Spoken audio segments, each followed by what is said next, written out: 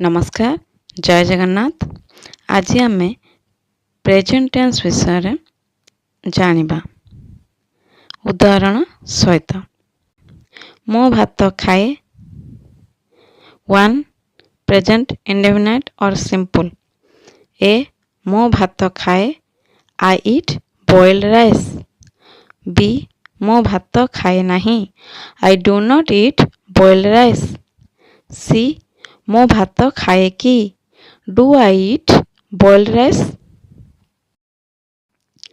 Present continuous. A मो भात खाऊची I am eating boiled rice. B मो भात खाऊ नहीं I am not eating boiled rice. C मो भात खाऊची कि am I eating boiled rice. Next present perfect. A मो भात खाई I have eaten boiled rice.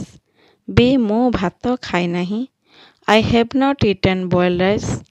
C मो भात खाई कि have I eaten boiled rice. 4 present perfect continuous.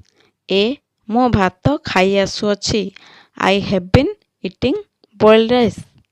B मो भात खाई आसु नहीं I have not been eating boiled rice. C मो भात खाई आसुअछि कि have I been eating boiled rice.